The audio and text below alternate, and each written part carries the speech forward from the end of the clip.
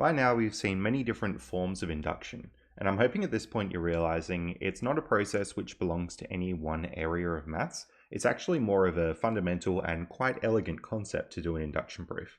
In fact, if you get down to how induction works, it turns out that it's actually mathematically equivalent to counting. Yes, it's that fundamental. Counting numbers equals induction. And it turns out that induction pops up all over maths beyond where we've explored it in this topic, and it's a good idea to practice some of these areas just for curveball questions. So for example, we see induction in complex numbers, Pascal's triangle, and even sets, which is one of the most fundamental concepts in maths. Today we're going to be proving this convex n-sided polygon thing, and the main reason that I want to look at this one is because it's really hard to tell what the question's asking just from the text. So what I'd recommend you do is watch me draw the picture of this situation and talk about what we're trying to prove, and then actually pause the video and try and do the proof yourself before you see the answer. Or if you think you can get it just with the text itself, have a go right now. But we'll make a start. So convex n-sided polygon means that we're not allowed to have, anything like that, because that would be like too big of an angle. Convex n-sided polygon might be like, I don't know, a square, a triangle, or like a pentagon, or something like that. And if you look at the square, you can see that it's got 2 diagonals. That triangle actually has 0 diagonals, because if I try and make one, I'll just be along an edge, not a diagonal. And this pentagon has, let's see, 1, 2, 3, 4, and 5. 5 diagonals. And so if we look at this, so here we'd have n equals 3. Here we'd have n equals 4. And here we would have n equals 5. And the formula actually does work.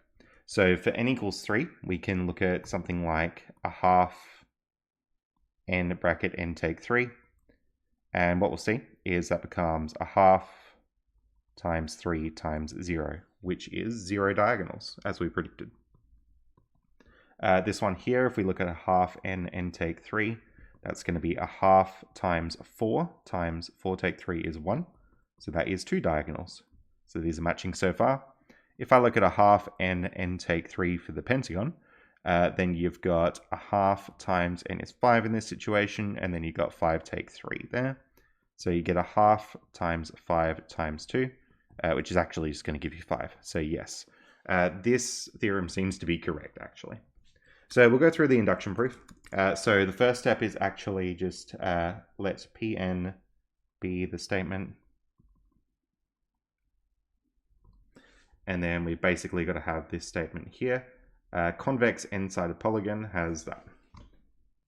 So step 1 is actually to prove P3, because that's what we're starting from. 3 rather than the usual spot of 1. So P3 is proven above. So let's assume PK.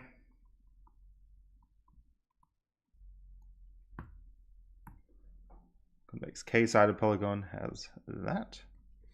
All right, so now we're going to be looking at PK plus 1. Now to do our PK plus 1 step, we're actually going to start from the induction step PK. So we're going to be looking at this k-sided polygon here.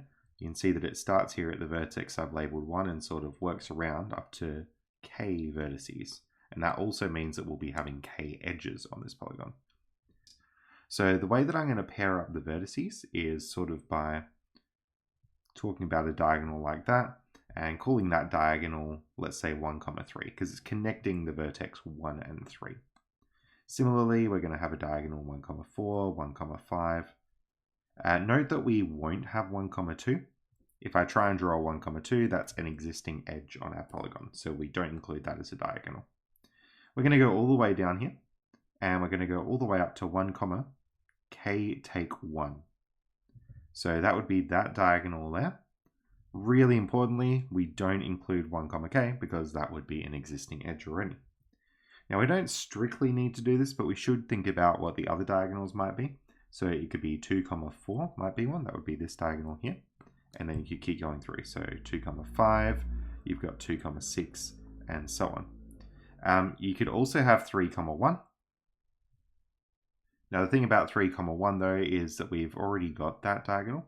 We actually had it already with 1, 3. So I'm actually not going to include 3, 1 here. So we can get rid of that. We do have some diagonals with 3, so 3, 2 won't exist because that's just an edge, neither will 3, 4, but you can sort of start from 3, 5, and then this would go all the way through up to 3, k. I didn't mention before, but this list here also finishes at 2, k. And you can imagine this list expanding out to the right like that. There's a half k take 3 of these from star. So this is the number of diagonals. There we go. All right. So let's think about doing some surgery on this thing and see if we can add another edge. So the best spot to add it will be here. So I might take that existing edge and I'll sort of cut out that existing edge, and I'm going to be making a new vertex here. We'll call it k+1, and then we'll connect that up. So there we go, that's gone now. So let's think about what new diagonals will be added to our list. So it's all the ones that join into k+1. So there'll be k+1. Now I can't have 1 because that would be an existing edge, but I can have k+1 and 2. I can have k+1 and 3. And I can go all the way up to k+1 and k take 1. So that would be sort of that one there. I've drawn the polygon a little bit weird, but that would be a diagonal. You can't have k+1 with k because that would be an existing edge there. All right, so how many are in this list? Well, we start at 2 and we end at k take 1. That is k take 2. So this is add vertex k+1, and then we might make a little note here, k-sided polygon. All right, so those would be all the diagonals that belong with k+1. Now, if you try to do your induction proof right now, just by sort of adding those together and that together, you'll actually find that it doesn't work algebraically. We are missing one more diagonal. I would highly encourage you to pause the video and try and figure out which diagonal we're missing. And now I'm just going to tell you, we're missing this diagonal here. That used to be an edge on our polygon, but this diagonal right here is now not an edge because we sort of cut out that edge to make it. So we're just going to make a little note, plus one more. So that'll be the one that joins 1 and k. This is now a diagonal. And we are very happy about this because that'll make our induction proof work. So let's look at our total here. I might just give this a few labels. So I might just be like, let's call it A, B, and C, just so we can collect all of our bits. So that would be half k take 3, plus, and then this would be k take 2, and then this would just be the extra 1. Okay, so just to be really, really transparent, that is the existing from star. These ones are the connected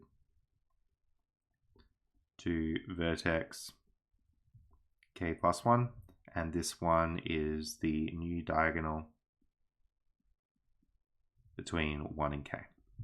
So that's where those 3 bits come from. Now, let's think about what a want to show should look like. So that'll be half. Now, the original statement looks like this thing, half k take 3. So our want to show should be a half k+1 take 3. If you want to simplify that down, it's k+1 with k take 2. All right, now let's do some algebra and see if we can get our left-hand side to look like this. So I might actually just rewrite the same thing out again, just collecting like terms on the end there. And then we can do some expansion. So let's expand the k in first. So we're going to get a half, and then we got k squared take 3k, and then I'm going to be adding on k take 1. We can actually expand the half in. So you get half k squared take 3 halves of k plus k take 1. Might actually write this one as 1.5 just to make the addition look a bit clearer. So you can think about it like with this middle term, you've got minus 1.5 and plus 1. So you're actually going to end up with minus 0.5. Now let's look at our want to show. And the want to show actually does have a factor of a half out the front. So what I'll be doing is pulling out a factor of half here. So half, and then we've got k squared, take k. This should be take 2 now, because if you think about pulling the half back in there, then that would give you the 1 here when you re-expand it. Okay, now there's 2 approaches you can do. You can do the sledgehammer method and expand this. What you will get is k squared take k take 2. But the more elegant method is to summon product to this. So we've got to think here. What would times to give minus 2 and add to give minus 1? So those 2 numbers are minus 2 and minus 1. So if we look at this, we're going to get k take 1, k take 2, just like that. Sorry, that was my bad. Should be positive 1. That's a little bit nicer. And that does match how I want to show. So what we can do is say, therefore, pk plus 1 is true. And therefore, by induction, a n-sided convex polygon